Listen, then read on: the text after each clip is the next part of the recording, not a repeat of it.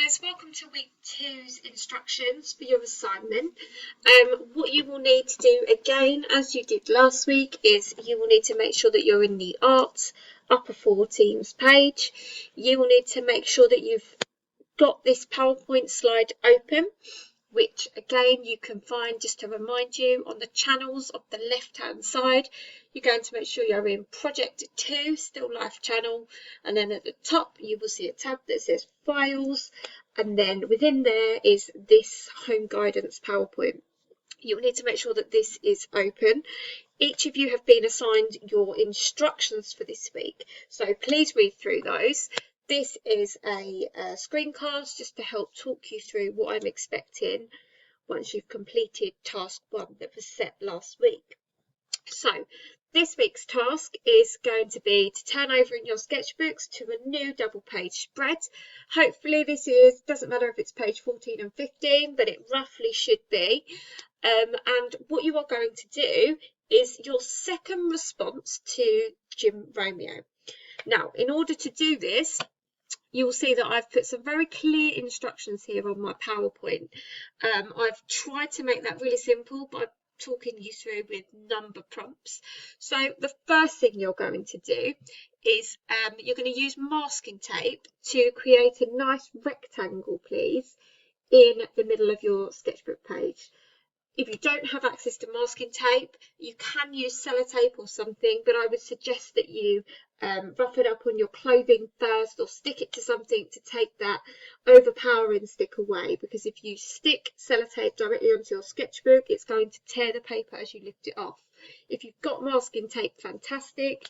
If you haven't, sellotape, but please make sure that you stick it to something in order to take that initial overpowering stick away. We don't want to tear your paper. Once you've done that, you are going to apply an ink wash. Now, because you are doing this at home, you are not going to have access to ink unless you can order some on Amazon. But what I'm happy for you to do is just use watercolour. Okay, so get your watercolours out of your art kits that you've been supplied, and I would like you to work at building layers up onto the background of your wash. Okay, you're going to work inside that rectangle masking tape shape that you've created, and you are going to start by applying a really light coat with watercolour, and then you're going to let that dry and then add some darker values into that background, as you can see in my example.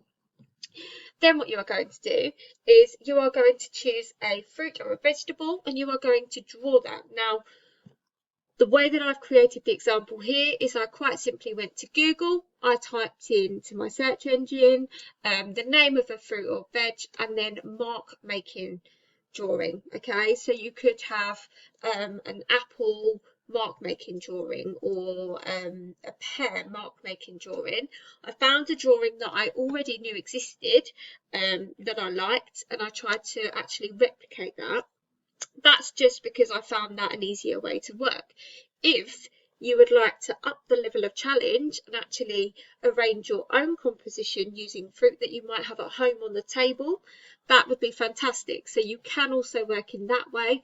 Put the fruit in front of you, take a picture on your phone, or you could draw from observation, and I would like you to render your drawing on top of the watercolour background that you're going to create, using mark making techniques only, please. So you can view this in my PowerPoint in more detail. So I've chosen to do cross-hatching for the majority of mine, and I have looked at where there was lighter aspects and where there were darker aspects in the work that I was copying from Google.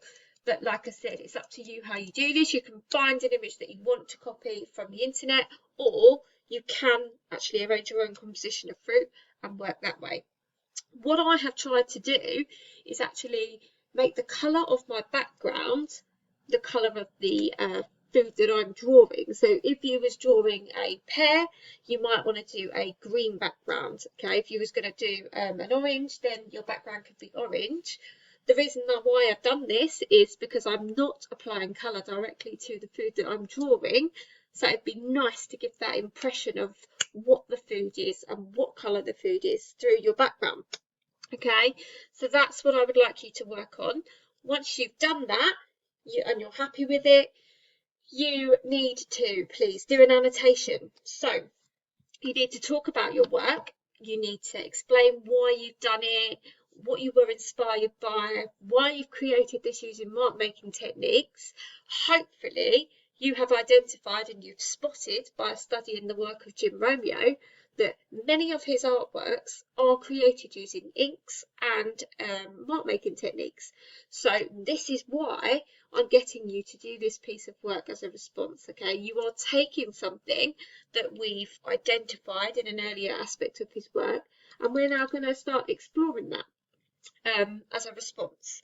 So with regard to your annotation, you will see here that I've actually just found an old envelope that I had in a drawer at home. You might have something similar, but if you don't, that's fine. Improvise. You could tie your annotation in. You could find an old newspaper, an old magazine, anything right on top of that. It's entirely up to you. So what I've chosen to do is find an old envelope. I've cut a bit of card and I've actually used that so that my sketchbook becomes more interactive. The viewer, the moderator, is going to have to lift that envelope up, pull out my annotation and read it that way. I want you to go into some depth with your writing, please, for this annotation. So avoid being too vague. Tell me what you've done, what media you've used, why you've used it. Do you think that this has gone well? What would you change if you could do this again?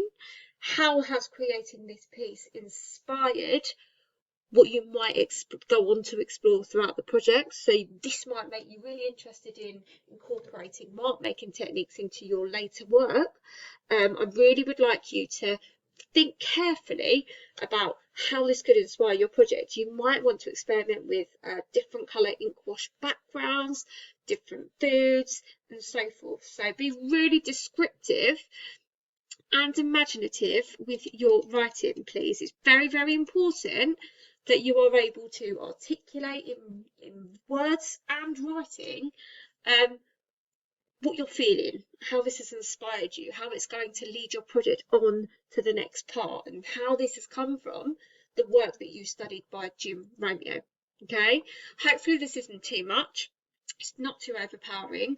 I've given you this voice tutorial because sometimes it's easier to listen to what I'm saying rather than reading it. You do have the written instructions here, so if you think that you need to go back and just clarify what you've got to do, please use these instructions here to guide you. This is your task for this week. I would like to see that submitted, please, on Microsoft Teams. So you are going to take a photograph of your work like I've done here, and you are going to submit that into your assignment evidence booklet, please, that I've sent to you on Teams. Good luck.